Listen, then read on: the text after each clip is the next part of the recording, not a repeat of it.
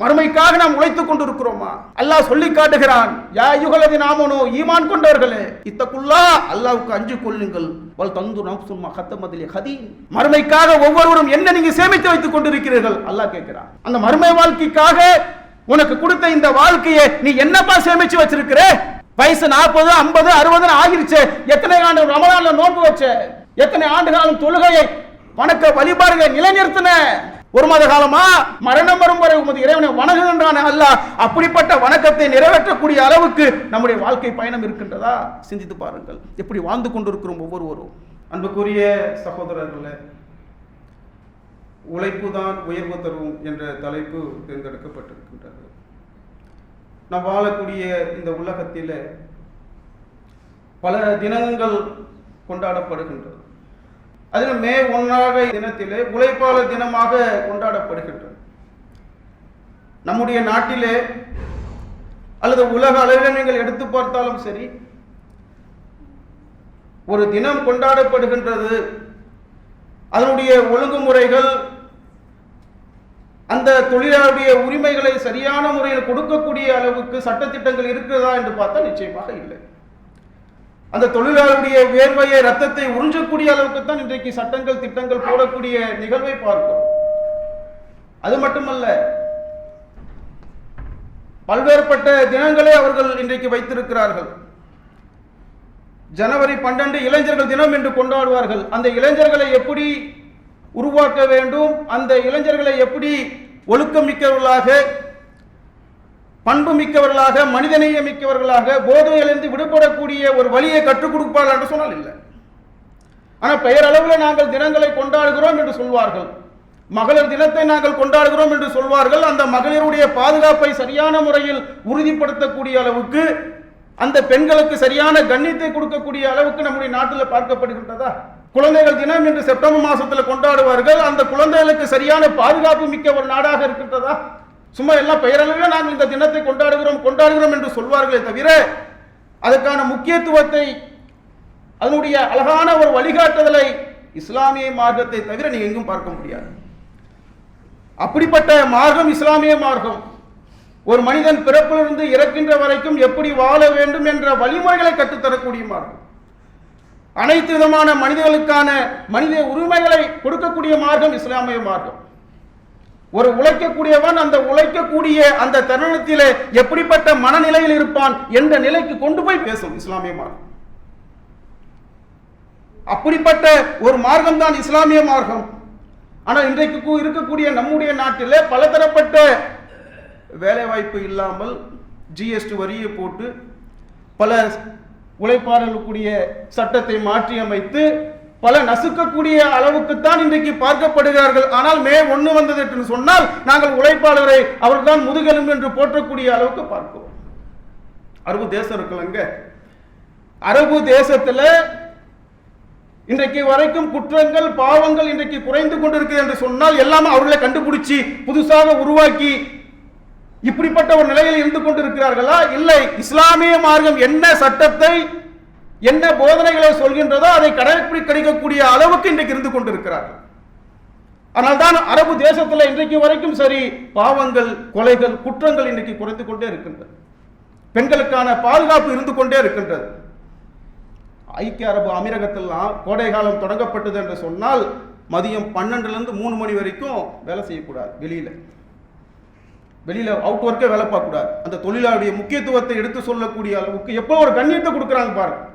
ஏன்னா கடுமையான வெயில், மயக்கம் ஏற்படும். சில நேரத்தில் ரொம்ப உடல்நிலை பாதிக்கப்பட்டு உன்னுடைய உடல்நிலை மோசமான ஒரு நிலைக்கு போய்விடும். அதனால அந்த உழைப்பாளருடைய ஒரு கண்ணியத்தை கொடுக்கக்கூடிய அளவுக்கு நம்ம நாட்டில் வேலை செய்யறானப்பா, அவனுக்கு ஒரு முக்கியத்துவத்தை கொடுக்கக்கூடிய அளவுக்கு இருக்குது என்று சொன்னால் எல்லாம் இஸ்லாமிய மார்க்கம் அந்த தொழிலாளருடைய, உழைப்பாளருடைய உரிமைகளை கரெக்டாக கொடுக்குவதனால தான் இதை பின்பற்றி நடந்து கொண்டிருக்கிறார். ஒரு மனிதன் எதை உழைக்க வேண்டும், எப்படி இருக்க வேண்டும் என்பதை இஸ்லாமிய மார்க்கம் அழக வழிகாட்டுதலை நமக்கு தருகின்றது. அல்லாஹ் சொல்லி காட்டுகிறான், ஒரு மனிதன் அவனுக்கு என்ன முயற்சி செய்கின்றானோ அது கிடைக்கும். இந்த உலகத்தில் உழைக்கக்கூடியவனாக, முயற்சி செய்யக்கூடியவனாக ஒருவன் இருக்கிறான் என்று சொன்னால் அதற்கான கூலி அவனிடத்தில் கிடைக்கும். ஆனால் இன்றைக்கு அது போன்று இன்றைக்கு உழைக்கக்கூடிய ஒரு இளைய சமுதாயமாக இன்றைக்கு உருவாகி கொண்டிருக்கிறார்களா? பேப்பர்ல கூட போட்டான் நேற்று. உழைக்கக்கூடிய இளைஞர்கள் இன்றைக்கு குறைந்து கொண்டே இருக்கிறார்கள். இன்னைக்கு வரைக்கும் பாருங்க, வாப்பா உழைத்து கொண்டே இருப்பார். மகனை பார்த்தா அந்த உழைக்க வேண்டும், சம்பாதிக்க வேண்டும், பொருளாதாரத்தை திரட்ட வேண்டும், வாழ்க்கையில முன்னேற வேண்டும், சொந்தமாக வீடு கட்டி வாழ்க்கையில முன்னேறி எங்க வாப்பாவுமா ஹஜ்ஜுக்கு அனுப்பி வைக்க வேண்டும் என்ற சிந்தனை கொண்ட ஒரு இளைய சமுதாயமாக இன்றைக்கு உருவாக்கி கொண்டிருக்கிறார்கள். அன்றைக்கு இருந்தது கடந்த காலங்களில். வாழ்க்கையில சம்பாதிக்கணும் பாய், பொருளாதாரத்தை திரட்டணும் பாய், சம்பாதிச்சு நல்லபடி அதுக்கப்புறம் தான் போய் கல்யாணமே முடிக்கணும். ஆய்வறிக்கை சொல்கின்றது, இன்றைக்கு கடன் வாங்கக்கூடிய இளைஞர்கள் இன்றைக்கு பெருகி கொண்டிருக்கிறார்கள். காரணம் என்ன? உழைக்கக்கூடிய அந்த சிந்தனை இல்லாதவர்களாக இன்னைக்கு போகக்கூடிய அளவுக்கு தான் இன்றைக்கு இளைய சமுதாயம் இன்றைக்கு போய்கொண்டிருக்கின்றது. ஆனால் இஸ்லாமிய மார்க்கம் அந்த உழைக்க வேண்டும், அந்த உழைக்குவதற்கான முயற்சி இந்த உலகத்தில் ஒரு மனிதன் தேடினான் என்று சொன்னால் அவன் இந்த உலகத்திலும் சரி மறுமையிலும் வெற்றி பெறக்கூடியவனாக இருப்பான். இஸ்லாமிய மார்க்கம் அழகிய வழிகாட்டல் நமக்கு தருகின்றது. ஒருவர் தமது கையால் உழைத்து உண்பதை விட சிறந்த உணவு கிடையாது. ரசூலுல்லாஹ் சொல்றார், உழைத்து உண்ணுப்பா, தூய்மையான உணவு உண்ணு. நான் சாப்பிடக்கூடிய ஒரு சொட்டு தண்ணீரை குடிக்கக்கூடிய தண்ணீராக இருந்தாலும், ஒரு கவலை உணவாக இருந்தாலும் அது ஹலாலான முறையில் இருக்க வேண்டும், தூய்மையாக இருக்க வேண்டும். எப்படிப்பட்ட மார்க்கம் பத்தீங்களா? நீ சாப்பிடக்கூடிய உணவு அதுக்கு உனக்கு உடம்புல ஒட்ட வேண்டும் என்று சொன்னால் நீ உழைத்து சாப்பிடு. அது மட்டுமல்லாமல் ஒருவர் விறகு கட்டையை சுமந்து அதை விற்று அதன் மூலமாக சாப்பிடக்கூடிய உணவு இருக்கு, அதுதான் சிறந்த உணவு என்று ரசூலுல்லாஹ் சொன்னார்கள். யாசகம் கேட்பதை விட சிறந்தது நாங்கள் ரசூலுல்லாஹ். எந்த அளவுக்கு ஒரு கண்ணியத்தை கொடுக்குது பாருங்க. உழைக்க வேண்டும், ஒரு சுயமரியாதையோடு ஒரு முஸ்லிம் இந்த உலகத்தில் வாழ வேண்டும். எப்படி அழகிய வழிகாட்டுதலை இஸ்லாமிய மார்க்கம் நமக்கு கற்றுத்தருகின்றது பார்த்தீங்களா? சுயமரியாதையோட வாழ வேண்டும். யார் இடத்துல நாங்க பாய் பார்த்து கொடுங்க பாய், பசிக்குது பாய் கேட்காதீங்க. பல பேருக்கு உதவி செய்யக்கூடிய அளவுக்கு ஒரு முஸ்லிம் இருக்க வேண்டும் இஸ்லாமிய மார்க்கம் சொல்கின்றது. எப்படிப்பட்ட அழகிய வழிகாட்டுதலை நமக்கு கற்றுத்தருகின்றது. உழைப்பாளி எப்படி நடத்த வேண்டும் அழகிய வழிமுறைகளும் இஸ்லாமிய மார்க்கம் நமக்கு சொல்கின்றது. நபி ஸல்லல்லாஹு அலைஹி வஸல்லம் சொன்னார்கள், உங்களில் ஒருவருடைய பணியாளர் வெப்பத்தையும் புகையும் தாங்கிக் கொண்டு உங்களுக்காக சமைத்து உணவு கொண்டு வருகிறார் என்று சொன்னால் அதிலிருந்து அவருக்கு கொடுங்க. குறைவாக இருந்தாலும் அதுல ஒரு கவனத்தை கொடுங்க அவருக்கு. எப்படிப்பட்ட ஒரு தொழிலாளி, ஒரு உழைப்பாளி, ஒரு முதலாளி எப்படி நடந்து கொள்ள வேண்டும் என்ற வழிமுறையை இஸ்லாமிய மார்க்கம் நமக்கு கற்றுத்தருது பார்த்தீங்களா? இன்றைக்கு இது போன்று நடத்தக்கூடிய ஒரு தொழிலாளி உழைப்பாளி இருக்கக்கூடிய அந்த உறவு முறை இன்றைக்கு இருக்கின்றதா? இப்படி பாய் கடைக்கு ஒரு ஆளுந்தா சொல்லுங்க பாய், கடைக்கு ஒரு ஆளுந்தா சொல்லுங்க பாய். ஏங்க போன மாசம் நாங்க வந்தோம், ஓடிட்டாம இந்த மாசத்தோட பாக்குறோமா இல்ல? அந்த உலகத்துல ஒரு முதலாளி, ஒரு தொழிலாளி இருக்கக்கூடியவன் அவர் மாதிரி முதலாளி கிடையாதுங்க. என்னுடைய என்ன கஷ்டப்படுகின்றனோ என்னுடைய நிலையை பார்த்து எனக்கு உதவி செய்யக்கூடிய அளவுக்கு என்னுடைய முதலாளி இருப்பார். அப்படி முதலாளி இருக்கின்றாரா? அல்லது தொழிலாளி தான் அது போன்று இருக்கக்கூடிய அளவுக்கு இருக்கிறாரா? அல்லாஹ்வுடைய அச்சத்தோடு மறுமையோடைய சிந்தனையோடு ஒரு முதலாளி என்ன வேலை கொடுத்தாரோ அதை சரியான முறை நிறைவேற்ற வேண்டும் என்ற சிந்தனை கொண்டவர்களாக இன்றைக்கு இருந்து கொண்டிருக்கிறார்களா? வரணும், ஒரு 1/2 மணி நேரத்தில் 1 மணி நேரத்தை வேலை செய்யணும், காசு வாங்கணும், ஜாலியா இருக்கும். இது போன்ற சிந்தனை கொண்டவர்களாக இருக்கிறார்கள் தவிர வாழ்க்கையில பொருளாதாரத்தை திரட்ட வேண்டும், சம்பாதிக்க வேண்டும், நான் சாப்பிடக்கூடிய உடுக்கக்கூடிய ஆடைகள் உடைகள் எல்லாமே ஹலாலான முறையில் அல்லாஹ் ரப்புல் ஆலமீன் ஆகமாக்கப்பட்டதாக இருக்க வேண்டும் என்ற சிந்தனை கொண்டவர்களாக இருக்கிறார்களா? அப்ப இஸ்லாமிய மார்க்கம் எப்படிப்பட்ட ஒரு அழகிய உபதேசத்தை சொல்கின்றது. உன்னுடைய பணியாளர் ஒரு உணவு கொண்டுட்டு வரார் என்று சொன்னால் அவருக்கு கொடுப்பா. எப்படிப்பட்ட மார்க்கம் பார்த்தீங்களா? சும்மா ஏதோ பெயரளவில் சொல்லிட்டு போவதல்ல மார்க்கம். வாழ்வியலை வணக்க முறையாக இதையெல்லாம் நாம் கடைபிடித்தோம் என்று சொன்னால் அல்லாஹ்விடத்தில் கூலியை பெற்று தரக்கூடிய மதிப்புமிக்கதா. இன்னும் நபிகள் நாயகம் ஸல்லல்லாஹு அலைஹி சொன்னார்கள், அடிமைகள் உங்களுடைய சகோதரர்கள் ஆவார், அவர்கள் உங்களுக்கு ஊழியர்கள் ஆவார். அல்லாஹ் ரப்புல் ஆலமீன் அவர்களுடைய அதிகாரத்தின் மூலம் உங்களுக்கு கீழே கொண்டு வந்தான். அவங்கள உங்களுக்கு அதிகாரம் மிக்கவர்களாக அல்லாஹ் ஆக்கியிருக்கான்பா. அவர்களுக்கு நீ என்ன உணவு உண்ணுவியோ அந்த உணவு கொடு, நீ எந்த ஆடையை உடுத்துவியோ அந்த உடுத்தக்கூடிய ஆடையை கொடு. அளவு சக்திக்கு மீறி அவர்களுக்கு வேலை வாங்கிடாத. அப்படி வேலை வாங்கினாலும் அந்த வேலைக்கு அவர்களுக்கு நீ ஹெல்ப் பண்ணு, உதவி செய். முதலாளி எப்படி ஒரு தொழிலாளியும் எப்படி நடந்து கொள்ள வேண்டும் என்ற அழகிய வழிமுறையில கற்றுக் கொடுக்குது பார்த்தீங்களா? இன்னைக்கு இப்படி நடக்கின்றோமா? சில கம்பெனிலாம் இருக்கு, தொழிலாளியை படக்கூடிய கஷ்டத்தை பார்த்து அந்த தொழிலாளியை மேம்படுத்த வேண்டும். நான் மட்டும் கார்ல போனா போதாது, என்னுடைய தொழிலாளியும் கார்ல போக வேண்டும் என்பதற்காக கார்ல வாங்கக்கூடிய கொடுக்கக்கூடிய அளவுக்கு தொழிலாளி உண்டு, முதலாளி உண்டு. எவ்வளவு பேரை பார்க்கிறோம். கொடுக்க கொடுக்க அல்லாஹ் ரப்புல் ஆலமீன் கொடுத்து கொண்டே இருப்பான், கண்ணியத்தை உயர்த்தி கொண்டே இருப்பான். சில பேருக்கு ஒண்ணுமில்லாம போற காரணம் என்ன? நீங்க எவ்வளவு பேரை பாருங்க. சில கம்பெனி எல்லாம் அரபு தேசத்தில் இருந்த கம்பெனி, சில கம்பெனி காணாம போயிருச்சு. 20 ஆண்டு காலம் முன்னாடி ஜொலித்த கம்பெனி இன்னைக்கு ஒண்ணும் இல்லாம போயிருச்சு. ஏன்?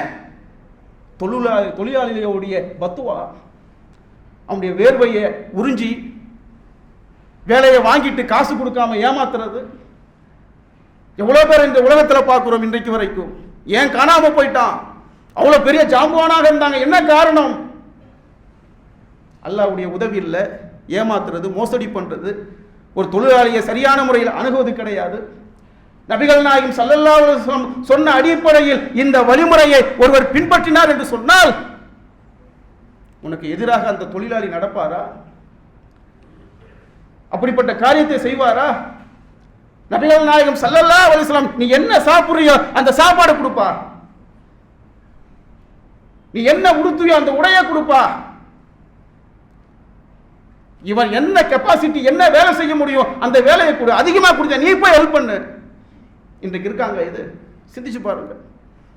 இது போன்ற நடைமுறை இன்றைக்கு பார்க்கப்படுகின்றதா? வந்த ஒரு நாள் 1 மணி நேரத்தில் ஓடி போயிடுறான், இருக்க மாட்டேன்றான். என்ன காரணம்? அளவுக்கு மீறி வேலை பளுவை கொடுத்து கெட்ட பேருக்கு உள்ளாகக்கூடிய அளவுக்கு இன்றைக்கு பார்க்கக்கூடிய அளவுக்கு இருக்குது என்று சொன்னால் ஒரு தொழிலாளியை எப்படி நடத்த வேண்டும், ஒரு முதலாளி எப்படி இருக்க வேண்டும் என்பதை சரியான முறையில் புரிந்து கொள்ளக்கூடிய அளவுக்கு மார்க்கம் சொன்ன அடிப்படையில் நம்முடைய வாழ்க்கையை அமைத்தோம் என்று சொன்னால் நமக்கு அல்லாஹ்விடத்தில் உதவி கிடைக்கும். ஒரு உழைப்பாளியுடைய உணர்வுகளை சரியான முறையில் புரிந்து கொண்டு அதுக்கு ஏற்றால் போல் அழகிய வழிமுறைகளை கற்றுக் கொடுக்கக்கூடிய மார்க்கம் இஸ்லாமிய மார்க்கம். ஒரு ஆட்சியாளர் எப்படி இருக்க வேண்டும், நாட்டின் மக்களுடைய நிலையை பார்த்து அவருடைய நிலையை உயர்த்த வேண்டும். இன்றைக்கு இருக்கின்றதா?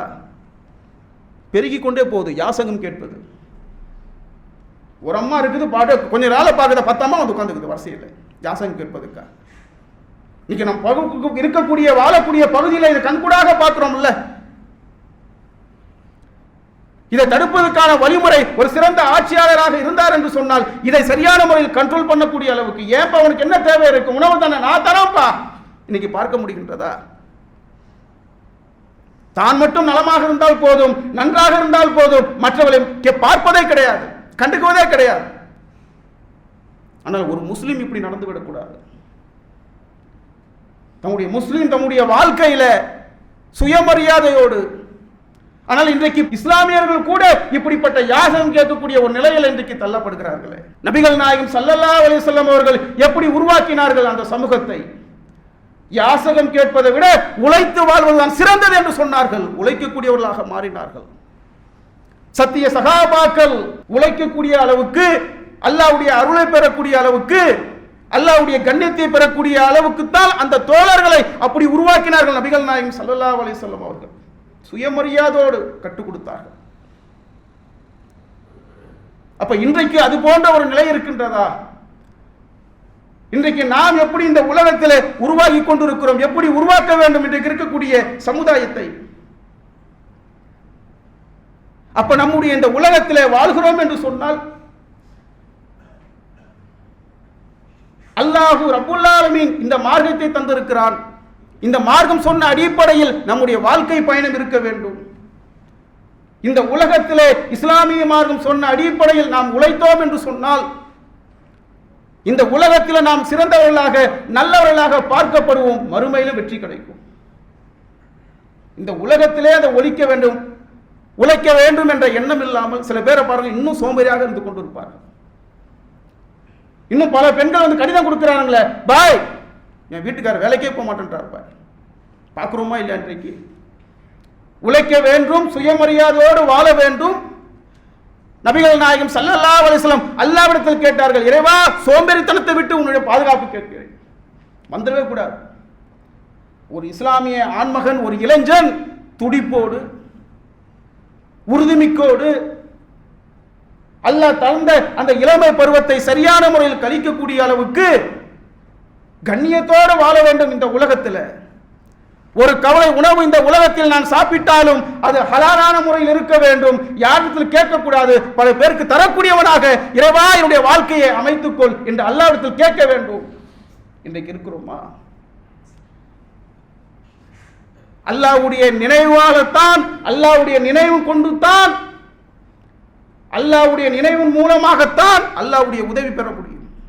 அல்லாஹ்வுடைய அந்த நினைவை புறந்தள்ளிவிட்டு, மார்க்கத்தை புறந்தள்ளிவிட்டு இந்த உலகத்திலே பொருளாதாரத்தை நோக்கி, குடும்பம் என்று நோக்கி போனோம் என்று சொன்னால் இந்த உலகத்திலும் நஷ்டவாளிகளாக, மறுமை வாழ்க்கையில் நஷ்டவாளியாக போய்விடும்.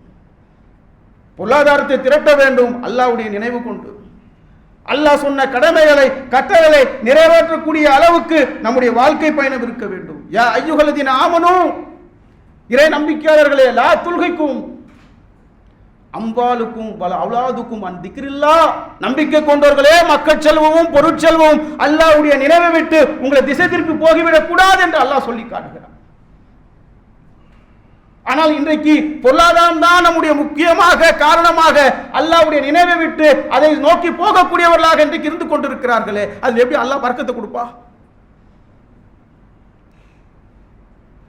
அல்லாஹ்வோடு நினைவோடு, அதனால அல்லாஹ் சொல்லி காட்டுகிறான். ஜும்மா தொழுகை முடித்தவுடன் அல்லாஹ் பூமியில் பறவை செய்து அல்லாஹ்வுடைய அருளை நீங்கள் தேடுங்கள். அல்லாஹ்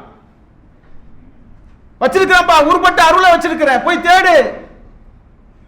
தேடுனா அல்லாஹ் கொடுத்த பகுத்தறிவை கொண்டு எப்படி நாம் பொருளாதாரத்தை திரட்டலாம், எப்படி சம்பாதிக்கலாம். வச்சிருக்கான்ல கடல்ல 1-2 வகை மீனா, ஊர்பட்ட 1000 பல கோடி வகை மீன்களை அல்லாஹ் வைத்திருக்கிறானே, பாருப்பா, எடுத்து பிடித்து கொண்டு வித்து வீயி. ஒரு மாமரத்து கொட்டனா பூமியில வைக்கிற பல பெரும் மரங்களாக வளர்ந்து பல காய் கனிகளை கொடுக்கின்றது. இதை வித்து உன்னால காசாக்க முடியாதா? அல்லாஹ்வுடைய அருள் இல்லையா இது? இப்படி ஏராளமான அருட்கொடைகளை அல்லாஹ் ரப்புல் ஆலமீன் கொடுத்திருக்கிறார்.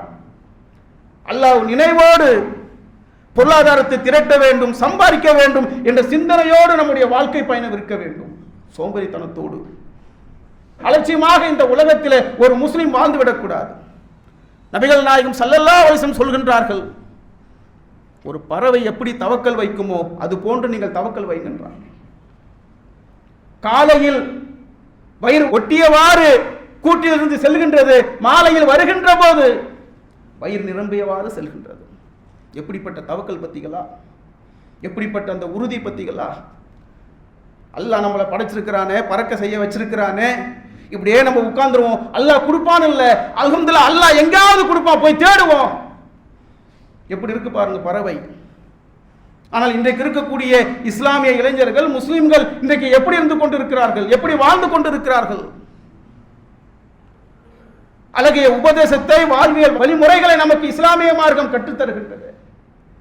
அழகிய உபதேசத்தை நமக்கு கற்றுத்தருகின்றது.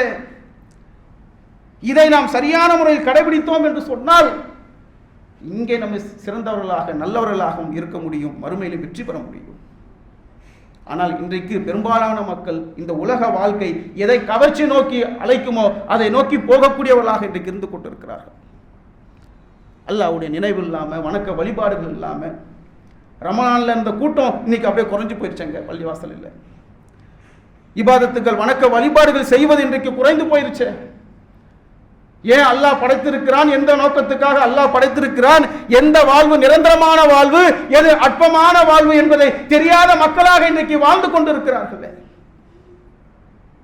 எது ஒரு நிரந்தரமான தங்குமிடம்? ஆண் மக்கள், பெண்கள், ஆண் மக்கள் திரட்டப்பட்ட தங்கம், வெள்ளி குவியல்கள், அழகிய குதிரைகள், விளைநிலங்கள் ஆகியவற்றை மனிதர்களுக்கு கவர்ச்சியாக்கி இருக்கும் என்றால் அல்லாஹ்.